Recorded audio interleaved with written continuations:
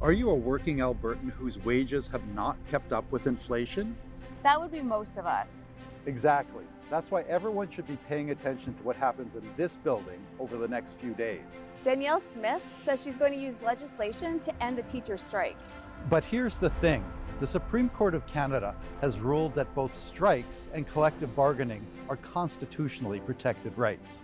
One of the only ways Smith can get her way is by using the notwithstanding clause. That's a part of the Constitution that allows governments to override other parts of the Constitution.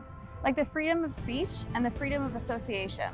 In a democracy, you don't want governments messing around with these kinds of basic rights. That's why the notwithstanding clause is so rarely used. If the rights in our Constitution are allowed to become optional, then they cease to be rights. And we cease to have a democracy. Donald Trump is doing this kind of thing, and millions of Americans say he's behaving like a king, not a president. The same could be said about Danielle Smith. If she uses the notwithstanding clause, she'll be behaving like a queen, not a premier. So, what does all of this have to do with workers and wages? A lot. There are some really important things that help workers get the wages they deserve.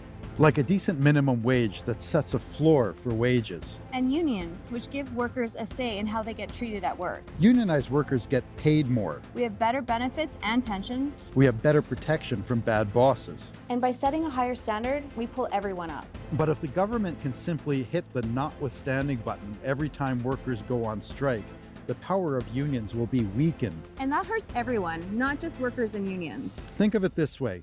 The UCP has frozen the minimum wage for 7 years. That drops the floor and pulls all of our wages down. And if they go after the right to strike, they'll weaken the ability of unions to pull wages up. That's two sides of what we would describe as a UCP wage suppression strategy. And Alberta workers get squeezed from both the bottom and the top.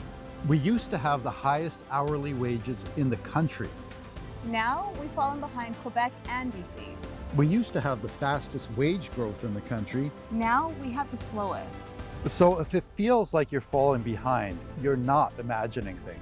If Danielle Smith gets away with stripping teachers of their bargaining power, you can bet that she'll do it to other workers too. We'll all pay the price with lower wages and a lower standard of living. So what do we do about it? In a word, resist. We need you to join the resistance. Put your name on the Ready to Resist list by texting RESIST to 55255. Once we have your cell number, we'll text you with updates on unfolding and potentially escalating protest and resistance actions. Be prepared for a province-wide day of action on Tuesday, October 28th. It all starts by texting the word RESIST to 55255. It's time for us to defend our rights and our bargaining power. Let the resistance begin.